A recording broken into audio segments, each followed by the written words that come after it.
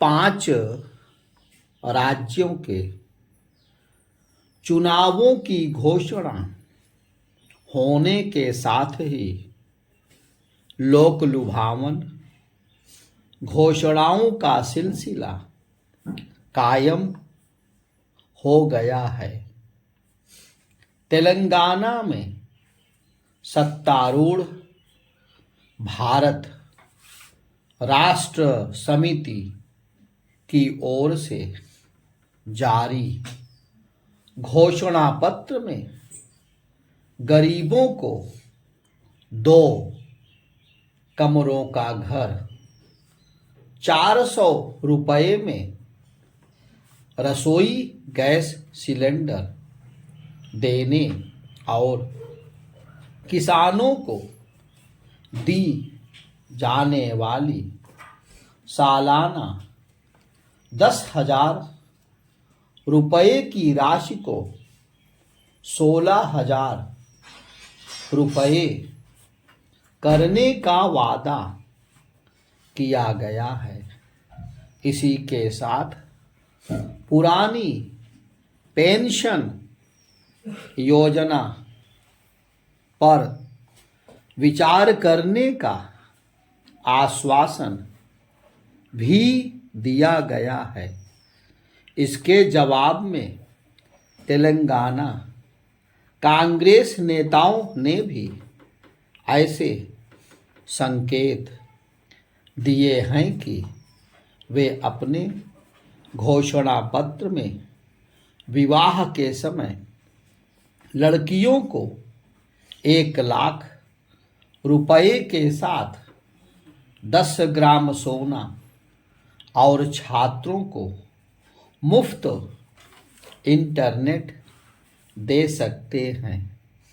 मध्य प्रदेश में कांग्रेस की ओर से जो घोषणा पत्र जारी किया गया है उसमें किसानों का कर्ज माफ करने के साथ 100 यूनिट तक मुफ्त एवं 200 यूनिट तक आधे मूल्य पर बिजली देने का वादा किया गया है।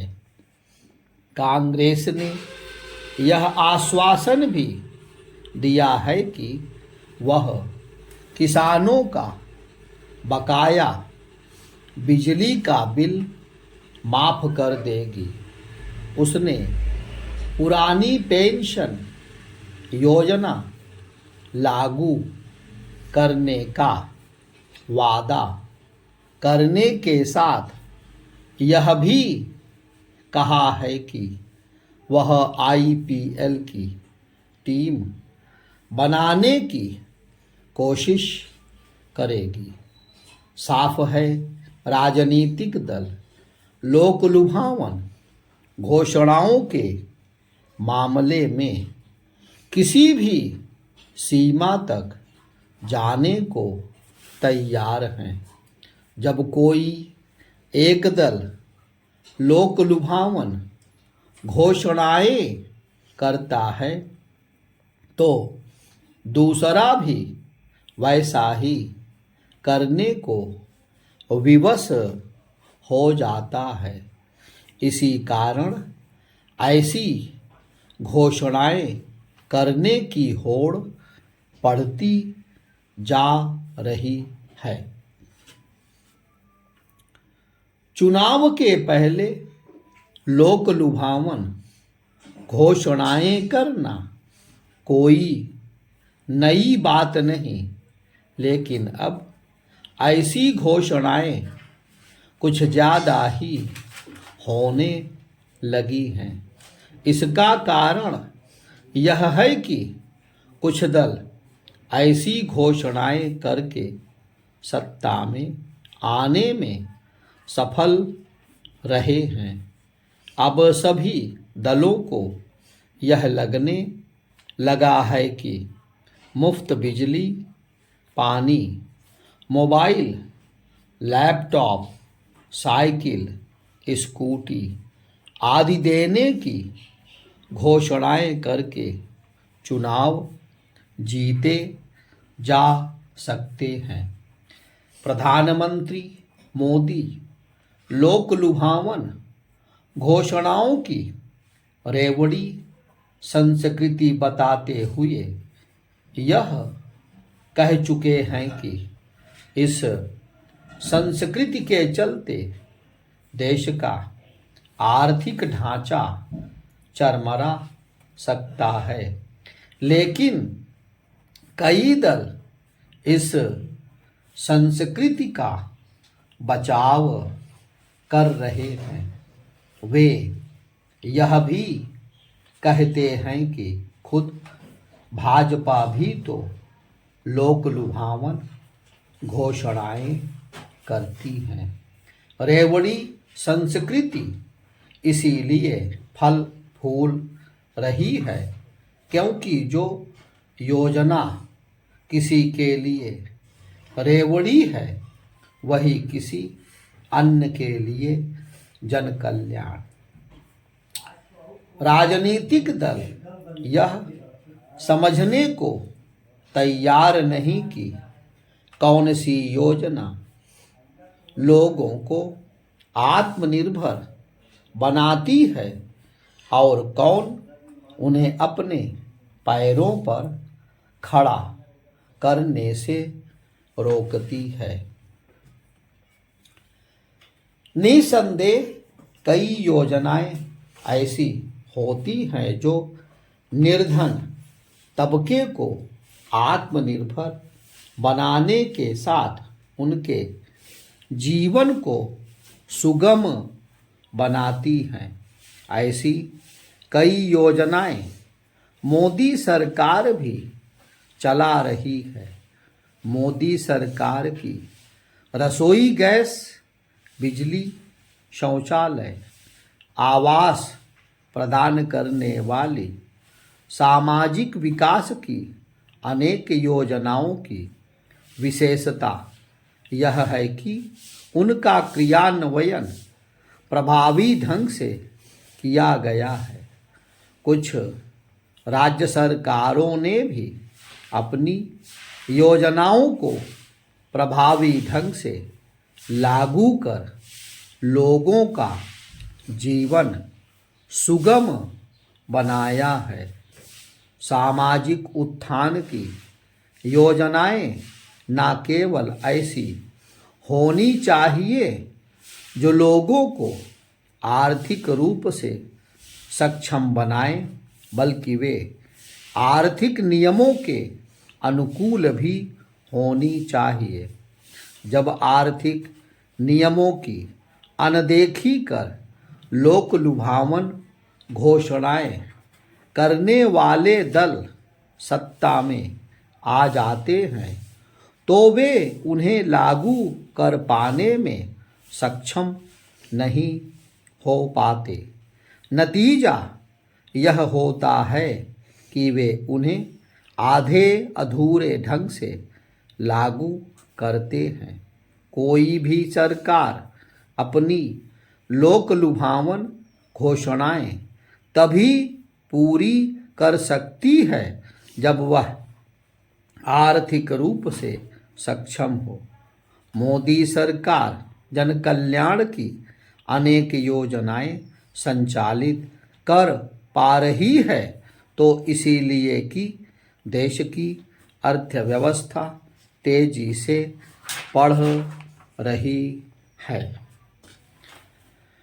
विश्व में शायद ही कोई ऐसा देश हो जहां कमजोर तबके के उत्थान के लिए शिक्षा, स्वास्थ्य से जुड़ी सामाजिक योजनाएं ना चलती हों।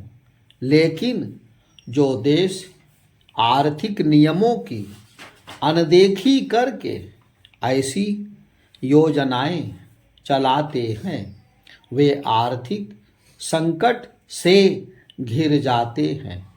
ऐसे अनेक देशों के उदाहरण हमारे सामने हैं। इनमें कई यूरोपीय देश भी हैं और पाकिस्तान सरीखे देश भी। अपने देश में आर्थिक नियमों की अनदेखी कर लोक लुभावन घोषणाएं करने वाले दलों की संख्या बढ़ती जा रही है। इनमें उन राज्यों के भी दल हैं जिनकी आर्थिक स्थिति कमजोर है। चुनाव वाले राज्यों और विशेष रूप से मध्य प्रदेश, राजस्थान और छत्तीसगढ़ के बारे में रिजर्व बैंक साफ तौर पर कह चुका है कि इन राज्यों पर बढ़ता कर्ज लंबे समय तक बरकरार नहीं रखा जा सकता। रिजर्व बैंक का यह भी कहना है कि कोरोना काल में लिए गए कर्ज के कारण इन राज्यों की भावी सरकारों को अगले 5 वर्षों के दौरान कर्ज के एक बड़े हिस्से की अदायगी करनी होगी। समस्या यह है कि राजनीतिक दल इस पर विचार करने को तैयार नहीं कि यदि राजस्व संग्रह का एक बड़ा हिस्सा लोक लुभावन वादों को पूरा करने में खप जाता है तो फिर विकास के काम कैसे होंगे। इस प्रश्न की कांग्रेस कुछ ज़्यादा ही अनदेखी कर रही है। इसका एक कारण उसका वामपंथी विचारधारा से ग्रस्त होना है। वह किसानों की कर्ज माफी पर इसके बाद भी जोर दे रही है कि ऐसी योजनाओं से किसानों का भला नहीं हुआ। रेवड़ी संस्कृति को लेकर सुप्रीम कोर्ट से लेकर रिजर्व बैंक तक अपनी चिंता जता चुके हैं, लेकिन राजनीतिक दल बेपरवाह होकर लोक लुभावन घोषणाएं करके एक तरह से वोट खरीदने का ही काम कर रहे हैं। इस सिलसिले को तभी रोका जा सकता है जब सभी दलों में इसे लेकर कोई आम सहमति बने कि देश के किस हिस्से में सामाजिक उत्थान की कौन सी योजनाएं संचालित करने की जरूरत है।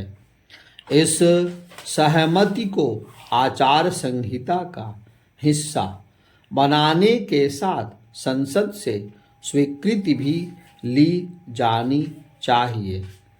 यह भी हो सकता है कि राजनीतिक दलों के लिए यह अनिवार्य किया जाए कि वे अपने लोक लुभावन घोषणा पत्र जारी करने के पहले रिजर्व बैंक और चुनाव आयोग की स्वीकृति हासिल करें, ताकि यह परखा जा सके कि संबंधित राज्य की आर्थिक स्थिति लोक लुभावन चुनावी वादों को वहन करने की स्थिति में है या नहीं। वास्तव में समय आ गया है कि चुनाव आयोग या CAG जैसी किसी अन्य संस्था को ऐसे अधिकार मिले कि वह राजनीतिक दलों को अनाप शनाप लोक लुभावन घोषणाएं करने से रोक सके।